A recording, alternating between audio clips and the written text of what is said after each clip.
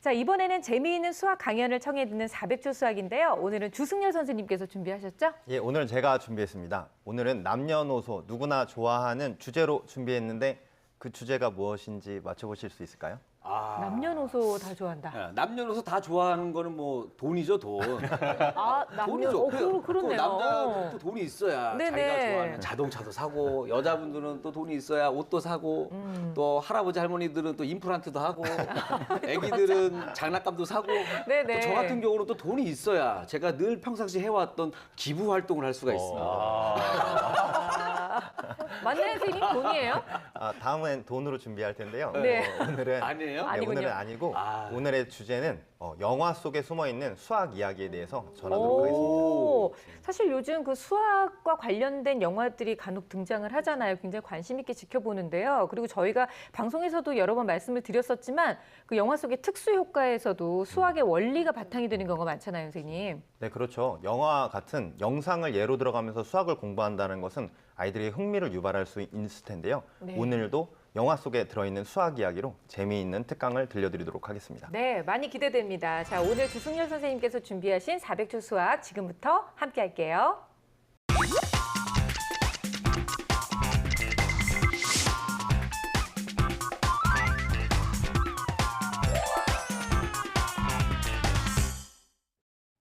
오늘은 영화 속 소재로 사용된 수학 문제들을 소개하고 그 풀이법을 알아보는 시간을 갖겠습니다.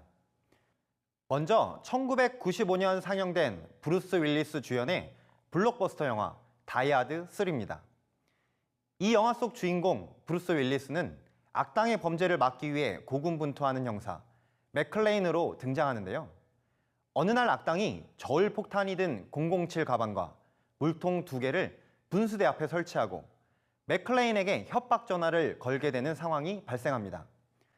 분수대 앞에 저울폭탄을 뒀으니 폭탄을 막기 위해서는 저울 위에 정확히 4리터의 물을 올려놓아야 한다. 물의 양이 조금이라도 차이가 나면 폭탄은 터질 것이다 라고 말이죠.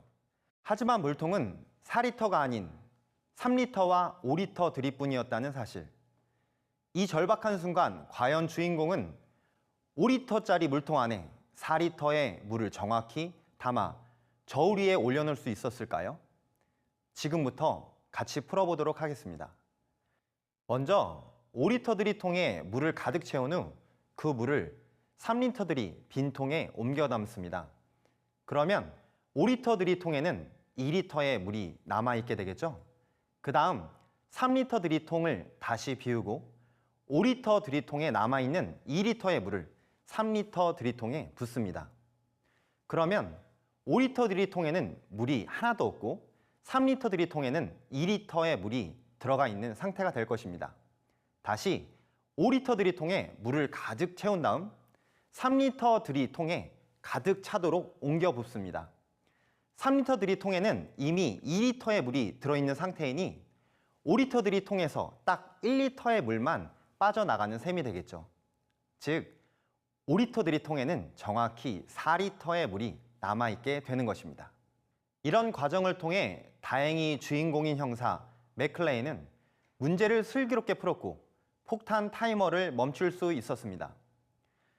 수학적 사고력을 바탕으로 한 추리가 문제 해결에 아주 중요한 부분이라는 것을 잘 알 수 있는 부분이겠죠. 또 다른 영화 김석윤 감독의 조선 명탐정 사라진 노베 딸에서도 다양한 수학 문제가 등장해 흥미를 끌었는데요. 먼저 물을 기르기 위해서 우물 깊이만큼의 밧줄이 필요한 상황. 밧줄은 얼마나 필요할까 하는 문제입니다. 우물의 깊이를 잘 모르니 얼마만큼의 밧줄이 필요한지 사람들은 잘 모를 수밖에 없었을 텐데요. 단서가 있었습니다. 첫 번째, 우물의 폭은 3자 반이고 두 번째, 주인공의 눈높이는 4자 반. 세 번째, 우물에서 1자 반 떨어진 거리로부터 우물 속이 보이지 않는다는 사실. 이 3가지 단서였습니다. 지금부터 이 단서들로 우물의 깊이를 추리해 볼까요? 우물의 깊이가 곧 필요한 밧줄의 길이가 될 테니까요. 이것은 사실 우물의 깊이를 x로 놓고 비례식을 세우면 쉽게 풀 수 있는 문제입니다. 떨어진 거리 1.5 대 우물의 폭 3.5는 눈높이 4.5대 우물의 깊이 x로 식을 세우고 비례식 계산 과정에 따라서 3.5와 4.5를 곱해 1.5로 나눠주면 x는 10.5, 즉 우물의 깊이는 10자 반, 11자짜리의 밧줄이면 물을 길어 올리기에 충분하다는 결과가 나오게 되는 것입니다. 참고로 센티미터나 미터의 개념이 없었던 옛날의 한자는 약 30cm이니까 우물의 깊이는 3m가 훌쩍 넘는다는 뜻이 되겠죠. 영화에선 다혜라는 소녀가 이 문제를 해결했는데요. 다혜는 그 시절 수학적 사고력이 아주 뛰어났던 소녀였던 것 같네요. 또 이 영화에서는 한 사람이 5냥씩 내어 물건을 사면 6냥이 남고 한 사람이 3냥씩 내어서 물건을 사면 4냥이 모자란다. 총 몇 사람이며 물건을 사는데 드는 비용은 얼마일까 궁금해하는 상황이 등장하는데요. 이건 1차 방정식의 활용 문제입니다. 이 문제도 식만 제대로 세운다면 답을 금방 구할 수 있습니다. 물건을 사는 사람을 X라고 한다면 5냥씩 돈을 내어서 물건을 사니 6냥이 남는 것을 5x-6, 3냥씩 내어 물건을 사면 4냥이 모자란다는 건 3x 더하기 4로 표현할 수 있습니다. 즉 5x-6은 3x 더하기 4라는 식으로 성립되게 되는데요. 계산해보면 x는 5, 즉 사람은 5명이라는 사실을 알 수 있고 5 곱하기 5 빼기 6은 19이므로 물건을 사는데 드는 비용은 19냥이 됨을 쉽게 알 수 있습니다. 식을 세우는 것을 어려워하는 아이들도 이런 식으로 예를 들어준다면 훨씬 쉽게 이해할 수 있겠죠.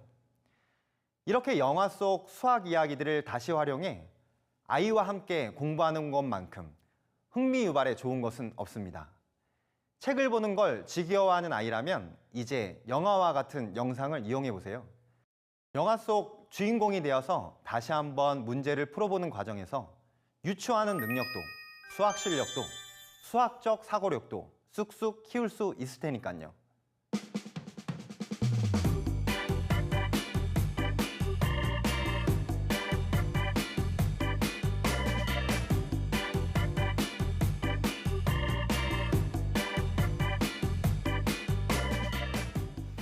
정말 흥미로운 이야기가 많이 있는데요. 다이하드 3에서 나왔던 그 3리터 드리통, 그다음에 뭐 5리터, 이거는 사실 그냥 물컵으로도 할 수 있는 거니까 집에서도 한번 해볼 수 있을 것 같아요. 아, 그렇습니다. 저도 그 다이하드란 영화를 굉장히 재밌게 봤어요. 그래요. 거기 또 남자 주인공이 멋있잖아요. 브루스 윌리스.